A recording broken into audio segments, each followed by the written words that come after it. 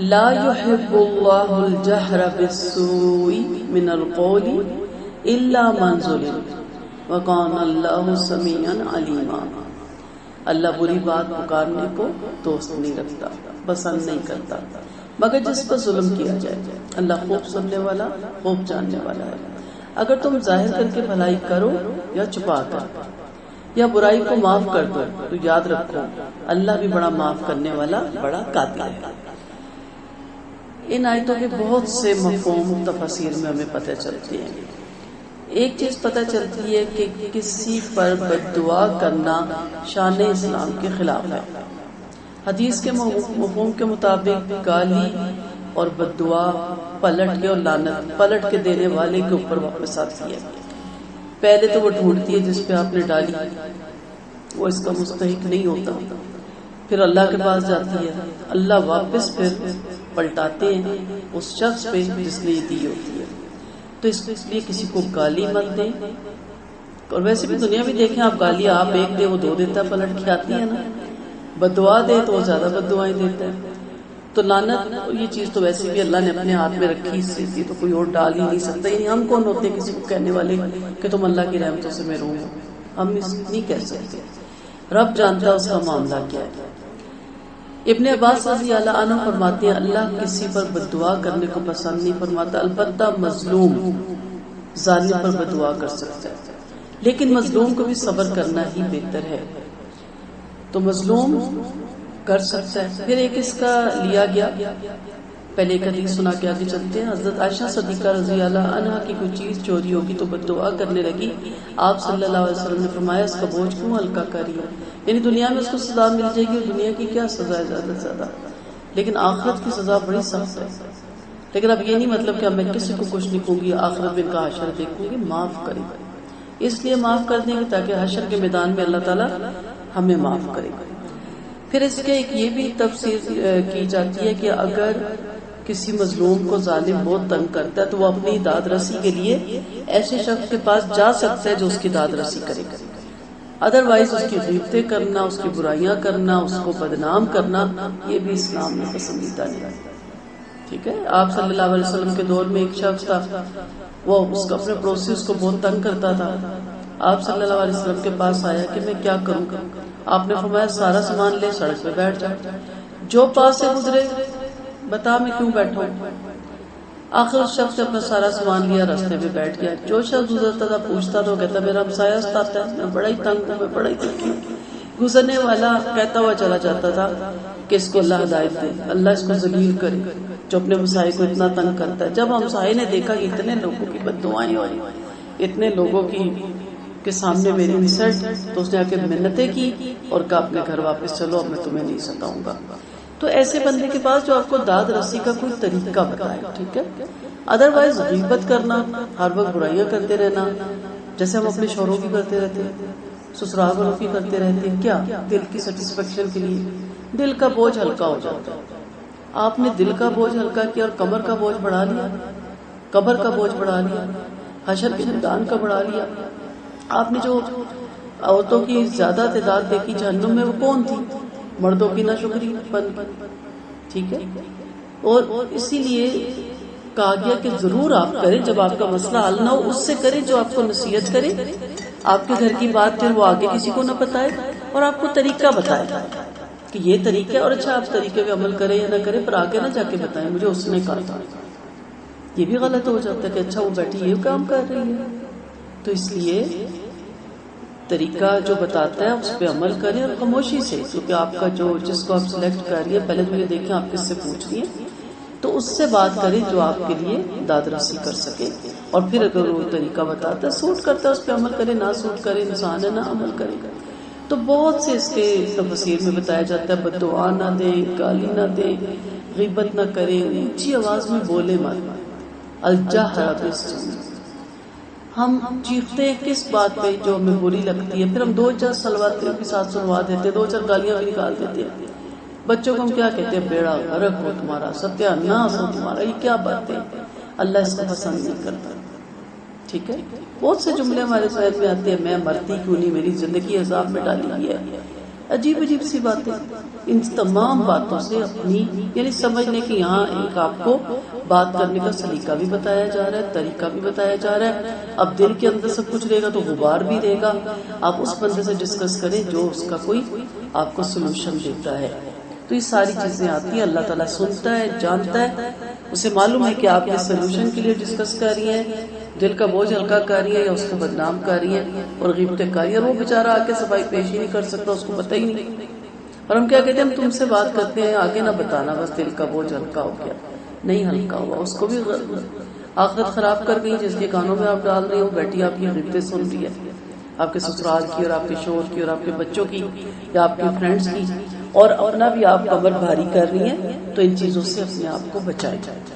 ان تبدوا خیرا او تخفوه او تعفوا عن سوء, تینوں چیزیں بتا دی. اگر تم ظاہر کر کے بھلائی کرو یا چھپا کر کرو, اور سب سے بڑی بھلائی معاف کر دو. تو یاد رکھو اللہ بھی بڑا معاف کرنے والا اور قادر ہے. تو اللہ جانتا ہے کہ آپ نے کہاں کس جگہ درگزر کیا. دو آدمی آپس میں جھگڑے, دونوں غلطی پر ہیں. اب ایک کی تو غلطی تھی, دوسرے نے بھی اس غلطی کو اپنایا.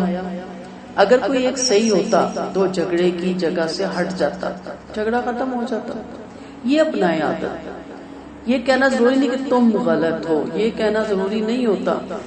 سمجھا دے کہ یہاں دیکھیں آپ تھوڑا سا آپ کو کسی نے مس انڈرسٹینڈنگ کی ہے, ایسے نہیں ایسا ہے, مان جائے ٹھیک ہے, کیونکہ نہیں کو السلام علیکم کیا کہا گیا جہلوں سے, اعراض پر سائڈ مار جائیں, اپنے کام لگ جائیں. خود بہت لوگ آپ سے الجھنا چھوڑ دیں گے کہ بھئی اس کو تو ٹائم ہی نہیں الجھنے کا. ہم کہتے ہیں نہیں اس نے کہا کیوں. اب اکثر لوگ کہتے ہیں ہمیں غلط بات پر غصہ آتا ہے, تو صحیح بات پہ کس کو ہوتا ہے؟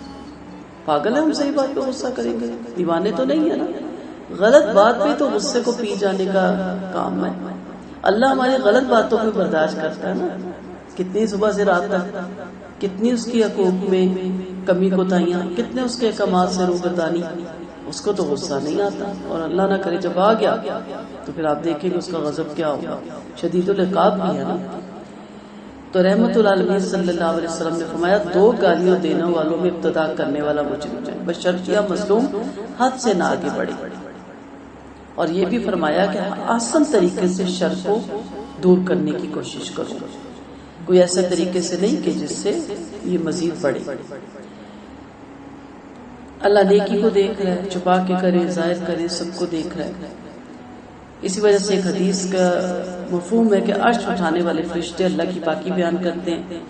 کوئی کہتا ہے ہم تیری پاکی کی بات پر تیری پاکی بیان کرتے ہیں کہ تو جاننے کے باوجود بھی برد بات ہے, یعنی قصور معاف کرنے کے کرتا ہے اور تحمل سے کام لیتا ہے. کوئی کہتے ہیں ہم تیری پاکی قدرت کے باوجود تیری پاکی بیان کرتے ہیں تو قدرت کے باوجود معاف کر دیتا ہے. یہ صحیح حدیث سے آتا ہے. حدیث میں کہ صدقے سے مال کم نہیں ہوتا, اللہ معاف کرنے والے کی وجہ سے انسان کی عزت ہی بڑھاتا ہے, اور جو اللہ کے لیے عاجزی کرتا ہے اللہ اسے سربلند فرماتا ہے. سو سربلند ہونا ہے دنیا اور آخرت میں تو معاف کرنا سیکھے. جب تک ہم معاف نہیں کرتے نا اس وقت تک ہم غیبتیں بھی کرتے ہیں اور دہراتے بھی ہیں. جب تک معاف نہیں کریں گے آپ کو سکون نہیں ہوگی. ان الذين يكفرون بالله ورسوله ويريدون ان يفرقوا بين الله ورسوله ويقولون نؤمن ببعض ونكفر ببعض. جو اللہ کو اور اس کے رسولوں کو نہیں مانتے اور اللہ اور اس کے رسولوں پر فرق کرنا چاہتے ہیں اور کہتے ہیں کہ بعض کو تو ہم مانتے اور بعض کو نہیں مانتے اور اس کے درمیان ایک راہ بنانا چاہتے ہیں, وہی حقیقی کافر ہے. ہم نے کافروں کے لیے ذلت والا عذاب تیار کر رکھا ہے, اور جن کا اللہ پر اس کے رسولوں پر ایمان ہے اور وہ ان میں سے کسی میں بھی فرق نہیں کرتے, ایسوں کو اللہ ان کے عملوں کا اجر دینے والا ہے. اللہ بخشنے والا انتہائی مہربان ہے.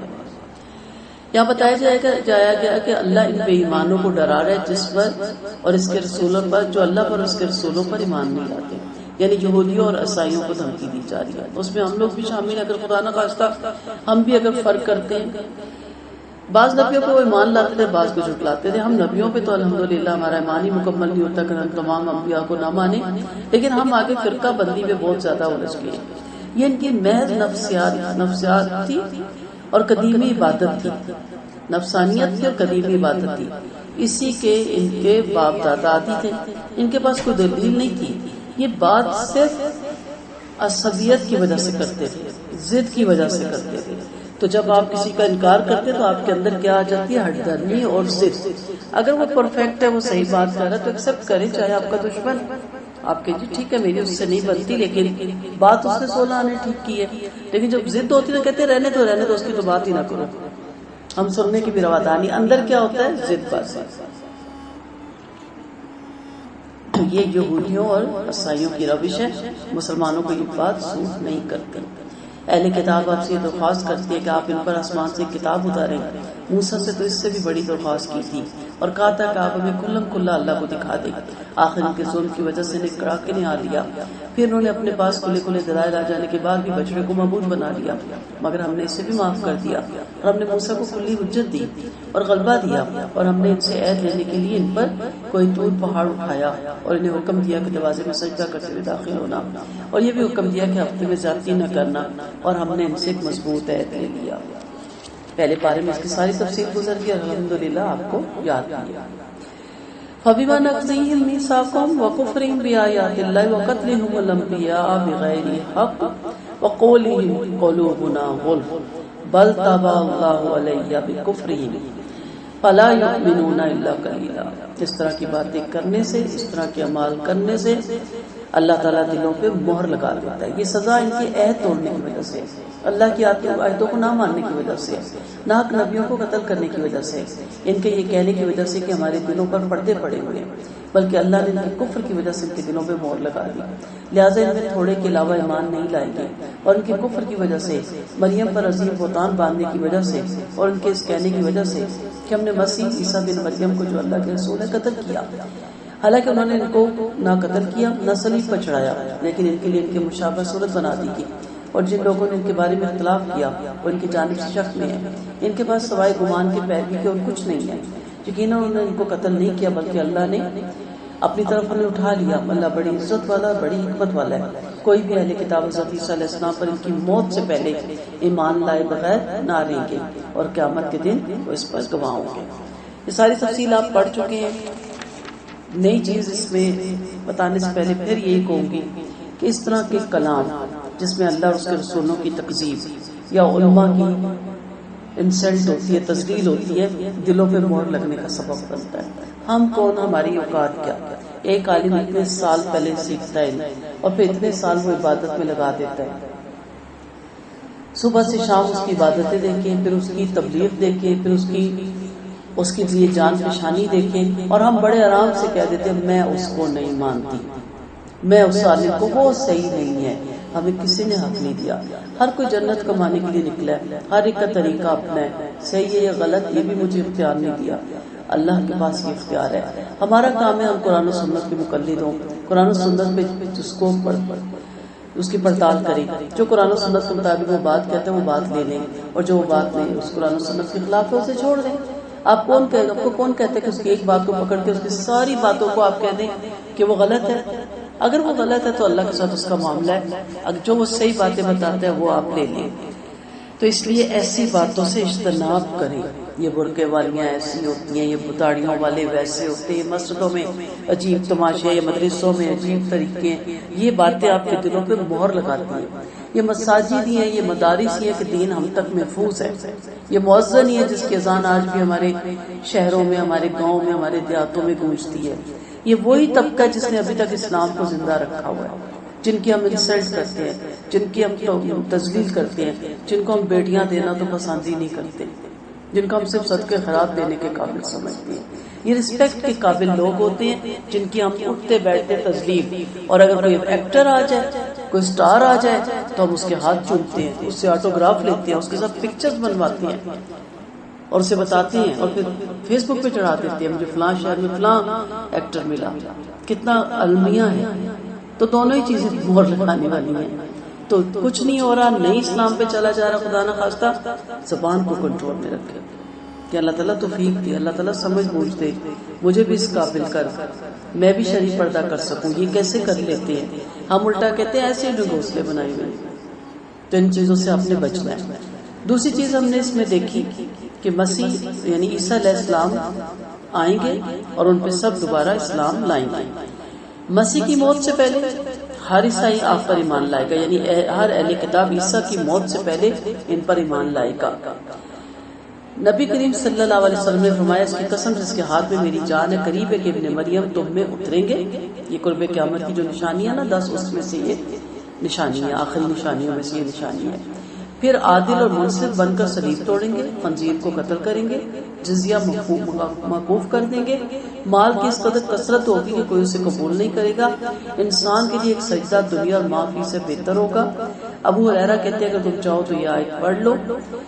ایک روایت میں ہے کہ قتل دجال بھی ہوگا، یہ بھی ہے کہ سجدہ اللہ رب العالمین ہی کے لیے ہوگا، یعنی کوئی دین باقی نہیں رہے گا، صرف اسلام باقی رہے گا۔ تو یہ آپ کا ہے، کیونکہ انہوں نے تو کہا تھا ہم نے قتل کر دیا یہودیوں نے، ٹھیک ہے، لیکن ہمارا ایمان کیا ہے کہ آپ قتل نہیں ہوئے، آپ سولی نہیں چڑھے، آپ کو اللہ تعالیٰ نے اپنے پاس زندہ اٹھا دیا۔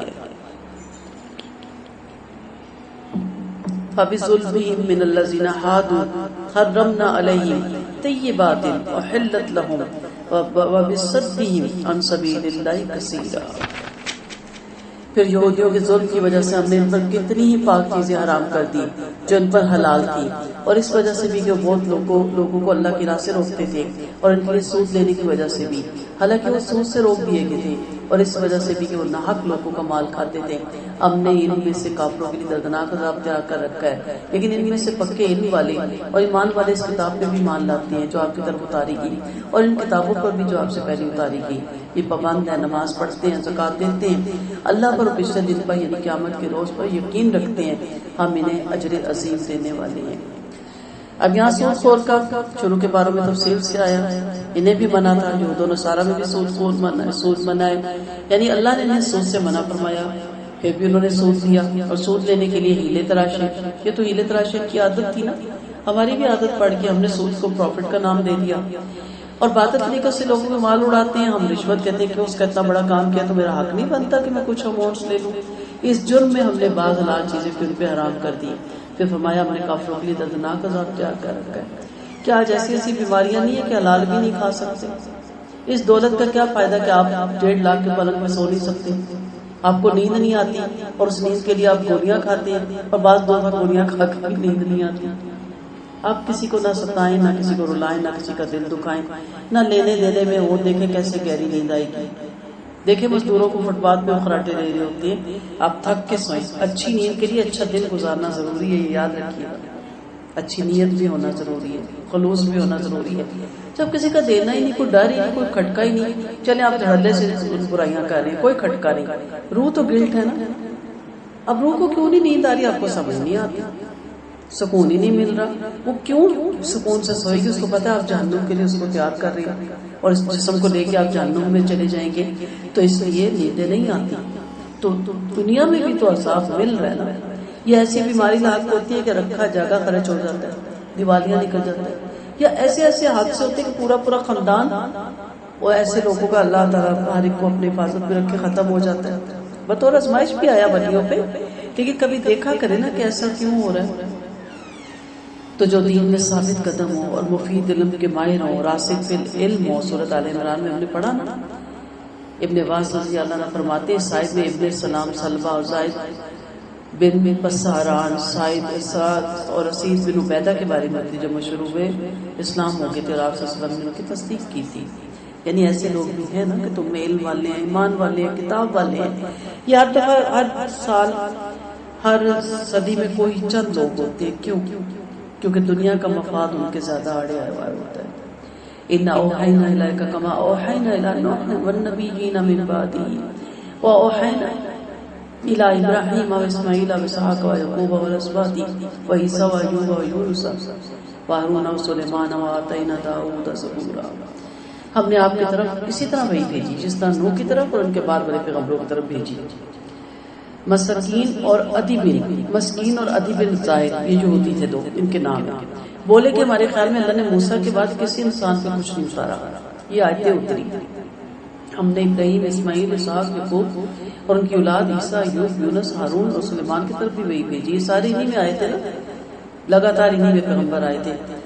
ہم نے داؤد کو بھی زبور دی تھی، یعنی آپ موسیٰ کے بعد کہتے ہو کسی بھی نہیں، تو یہ سارے کون تھے؟ ہم نے بہت سے نبیوں کے پاس وہی بھیجی تھی جو آپ سے پہلے تھے، جن میں سے ہم نے بعض کا حال آپ کو بیان کیا، بعض کا نہیں کیا۔ قرآن چند پیغمبروں کے حال احوال بیان کرتا ہے، اور باقی سیرت کی کتابوں میں ہمیں، تاریخ کی کتابوں میں باقی احوال بھی مل جاتے ہیں، کچھ کا نہیں بھی بیان کیا۔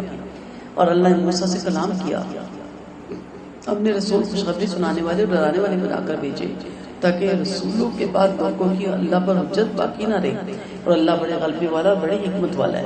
یعنی اصل میں انہوں نے نعوذ باللہ نبی کریم صلی اللہ علیہ وسلم کی تکذیب کرنا چاہیے کہ موسیٰ کے بعد تو میں نبی آیا ہی نہیں، نہ کسی پہ وہی آئی، تو یہ کہاں سے آ گیا آپ صلی اللہ علیہ وسلم؟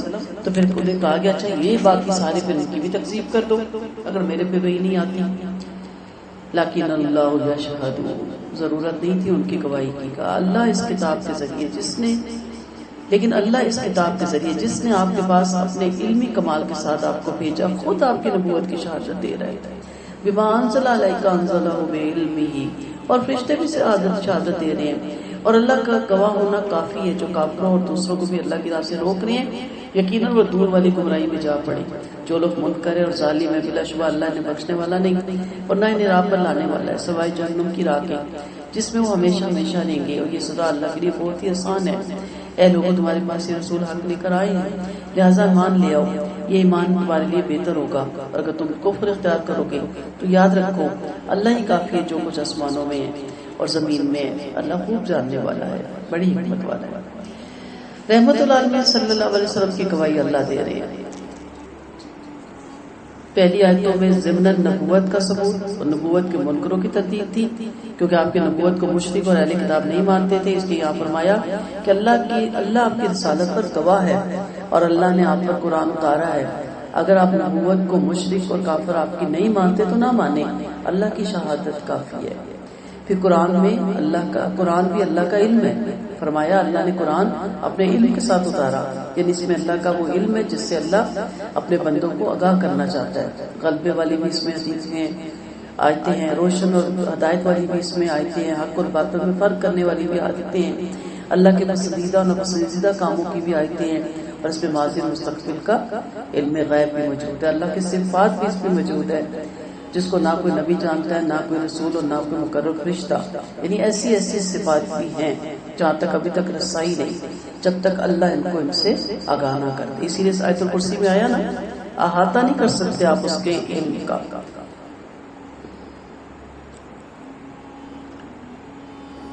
اس سے کیا پتہ چلتا ہے؟ قرآن مرنے والوں کے پیچھے پڑھنے کے لیے، مرنے والوں کے پیچھے کے لیے نہیں آیا، ہدایت کے لیے آیا تھا۔ پڑھیں اور اس سے ہدایت حاصل کریں۔ اب پڑھا نہیں کیا کیا؟ یا اہل الکتاب لا تغلوا فی دینکم ولا تقولوا علی اللہ الا الحق انما المسیح عیسی ابن مریم رسول اللہ وکلماتہ۔ ہوا کیا؟ اے اہل کتاب اپنے دین میں حد سے آگے نہ بڑھو، اللہ کی شان میں سچی بات ہی کو۔ مسیح عیسیٰ علیہ السلام بن مریم صرف اللہ کے رسول اور اس کا کلمہ ہے جن کو اس نے مریم کی طرف پہنچایا تھا، اور اس کی طرف سے ایک روح ہے، یعنی اللہ پر اس کے رسولوں پر ایمان لاؤ اور تین معبود نہ بناؤ، باز آ جاؤ، اس میں تمہارے لیے بہتری ہے۔ اللہ تو صرف ایک معبود ہے، وہ اولاد سے پاک ہے، جو کچھ آسمان میں اور زمین میں سب اسی کا ہے، اللہ کام بنانے میں کافی ہے۔ بڑی حیرت ہوتی ہے نا کہ اچھا یہ حضرت عیسیٰ کو، حضرت مریم کو اور حضرت جبرائیل علیہ السلام کو تین خداؤں کا ایک خدا کہتے ہیں، ٹھیک ہے، تثلیث کا عقیدہ ہے، یا اللہ کے اوتار کہتے ہیں، اللہ کی پرچھائیاں کہتے ہیں۔ کیسے کام کر لو کہ یہی ہم کہتے ہیں۔ پھر ہم جب ہندوؤں کی طرف جاتے ہیں ہم کیا کہتے ہیں؟ ہم کہتے ہیں کہ کتنے یہ نہ سمجھ ہیں۔ میں اکثر ان کا دیکھتی ہوں، حیرانگی ہوتی ہے، گائے کا پیشاب پیتے ہوئے لاسٹ میں دیکھ رہی تھی کہ وہ کہہ رہی ہے کہ گائے کی پیٹھ پہ ادھر سے ہاتھ پھیرو تو بی پی ہائی ہوتا ہے، ادھر سے پھیرو تو لو ہوتا ہے۔ اب وہ دوسرا اینکر کہہ رہا ہے جی اچھا پھر جی سائنس بھی بتاتی ہے اور ہمارا مذہب بھی بتاتا ہے، کوئی مذہبی خاتون تھی، اب گائے کھڑی ہے، وہ چارہ کھا رہی ہے، کبھی اس کی پیٹھ پہ آگے ہاتھ پھیرے کبھی پیچھے پھیرے۔ میری بیٹی بھی پریشان، ماما یہ کیا کر رہی ہے؟ میں کہا یہ دیکھیں، بڑی حیرانگی ہوتی ہے۔ اپنے پہ حیرانگی نہیں ہوتی، اپنی حرکتوں پہ حیرانگی نہیں ہوتی، جو ہم نے بدعات، خرافات، توہمات، ہم نے ولیوں کو، اللہ کے نبی تو نعوذ باللہ بہت پیچھے رہ گئے، اللہ سے بھی آگے پہنچا دیا، اللہ بھی ان کے آگے ہم نے مجبور کر دیا، نعوذ باللہ اتنا مجبور کر دیا کہ اللہ کا بھی زور نہیں چلتا، تو پھر ہم تو ان کو بھی کراس کر دی نا۔ انہوں نے کہا اللہ کا بیٹا. ہم نے کہا اللہ بھی نہیں, اللہ سے بھی بڑی چیز ہے ہمارے ولی درویش اور ہمارے پیر اور مرشد ناصر اللہ. ہم نے نبی کو کیا کہا, آسماں پہ وہ صفا تھے, زمین پہ آسماں پہ وہ خدا تھے, زمین پہ وہ مصطفیٰ ہیں, کہ اللہ خود اترا ہوا ہے آپ صلی اللہ علیہ وسلم کی روح میں. کیسی کیسی باتیں ہم نے کی. نبی نور ہے, ہم نے انسانیت ہی سے ان کو ہٹا دیا, انہیں حاجت ہی نہیں ہوتی کہ وہ واش روم ہی نہیں جاتے تھے. اسی لیے کتاب طہارہ اور واش روم جانے کی اتنی حدیثیں ہیں, وہ اس کو بھی پورے بخاری میں سے چیپٹر کو ہٹا دینا کہ آپ ایک دفعہ حاجت کے لیے بیٹھتے ہیں تو آپ نے نہ پیٹھ ادھر کی تو نہ فرنٹ ادھر کی, کیا کہا ترچھے رہو, اور اگر اور تو پھر خیر ہے. یہ ساری حدیثیں ہٹا دیجیے نا. استنجا کیسے کرنا ہے ہٹا دیجیے, غسل کیسے کرنا ہے ہٹا دیجیے. اور استنجا کرنے کے بعد وضو کرنا ضروری ہے کہ یہ استنجا کس کا کرتے ہیں جب آپ واش روم جاتے ہیں. آپ صلی اللہ علیہ وسلم نے کہا جب آئے ہاتھ دھو کے کھانا کھانے لگے, کسی نے کہا یا رسول اللہ آپ نے وضو نہیں کیا. کہا میں کو نماز تھوڑی پڑھنے لگا, وضو تب کروں گے جب نماز پڑھوں گا. یہ چیزیں کوئی بتانے کو تیار, پھر بھی کہتے نہیں ان کو حاجت نہیں ہوتی تھی. ٹھیک ہے, وہ جائز ضرورت کے لیے نہیں جاتے تھے, ان کا سایہ نہیں تھا. تو حیرانگی کی بات نہیں ہے, اتنا نہ دین میں آگے بڑھے کہ غلو کی حد تک چلے جائیں, اور جس مقصد کے لیے نبی بھیجے تھے اس مقصد کو تو سائڈ پہ رکھے اور ان کی شان میں اتنا غلو کریں. کبھی کیا ان کے بارے میں کہے تو کبھی کیا ان کے بارے میں کہے. پریشان ہو جاتا بندہ سن کے. ایک نے تو یہاں تک کہہ دیا, میرے پاس وہ آڈیو نہیں ہے, میں آپ کو چلا کے دکھاتی کہ صحابہ کرام آپ صلی اللہ علیہ وسلم کا نعوذ باللہ پتہ نہیں پخانا بھی کھاتے تھے اور پتہ نہیں کیا کیا. خدا کے لیے ادھر سے آپ کہتے ہو انہیں حاجت نہیں ہوتی تھی, ادھر سے آپ کہتے ہو, یعنی پریشان ہو گئے ہم ساری. کس قسم کی باتیں آپ کر رہے ہو. اللہ کے نبی ایک پاکیزہ شخصیت کی مالک تھے, اور سارے انبیاء ایسے تھے, سارے نبی ایک ہی لڑی ہیں. تو حیران مت ہو, ہم نے بھی بڑا غلو کیا. یہ بڑی غلو کی راتیں گزر جاتی ہیں ہماری, بڑے غلو کے دن گزر جاتے ہیں جس میں ہم نبی کو پتہ نہیں کہاں سے کہاں تک پہنچا دیتے ہیں. انس بن مالک رحمت رضی اللہ عنہ فرماتے ایک شخص نے کہا یا محمد صلی اللہ علیہ وسلم, سیدنا ہمارے سردار, اے محمد صلی اللہ علیہ وسلم ہمارے سردار, ہمارے سردار کے بیٹے, اور ہم سب سے بہتر, ہم نے سب سے بہتر کے بیٹے. آپ نے فرمایا لوگوں اپنی باتوں کا تم خود خیال رکھو, شیطان تمہیں بغلانے نہ پائے. میں محمد بن عبداللہ ہوں, اللہ کا بندہ ہوں, اس کا رسول ہوں. اللہ کی قسم مجھے یہ پسند نہیں کہ تم مجھے میرے مرتبے سے جس پر اللہ نے مجھے قائم رکھا اونچا یا نیچا کرو. ٹھیک ہے, یہ روایت جگہ جگہ آپ کو ملتی ہے. انتہائی افسوس اور قلق سے کہنا پڑتا ہے کہ عیسائیوں کی بدترین عادت یہ گنونا کفر اور شرک مسلمانوں میں گھس آیا. جس طرح انہوں نے حضرت مسیح کو معبود بنایا, اسی طرح انہوں نے احمد یعنی نبی صلی اللہ علیہ وسلم کو آحد بنا لیا. اللہ کی بنا, اللہ کی بنا. اور میں جب بہت پڑھتی ہوں, صوفیزم میں بہت پڑھتی ہوں, جو تو صحیح کلمہ حق پہ تھے ان کو چھوڑ کے, پھر میں یہ بھی نہیں کہتی کہ سارے ان میں سے وہ کلمہ صوفی تھے. لکھنے والوں کی عقل پہ حیرانگی ہوتی ہے کہ ایک ولی کی شادی ہوئی اور اس کی بیوی نے کہا, کمرے میں آیا تو اس نے کہا اللہ شادی نہیں کرتا, اور ساتھ یہ کہا گیا اس کی بیوی کو جلا کے بسم کر دیا. بھائی نے کہا کیوں کیا تھا, پہلے ہی بتا دیتا نا میں خدا ہوں. نعوذ باللہ, کیا ڈرامے مچائے ہوئے, کیا ڈنگوسلے مچائے ہوئے. یہ آپ کو مل جائے گا تذکریۃ الاولیاء میں, کتابوں میں, میرے اس دوسری تفسیر میں صفحے نمبر بھی لکھے ہوئے. تو اتنا بڑا پہنچا ہوا تھا, تو نکاح کیوں کر رہا تھا, تیرا دماغ ٹھیک تھا.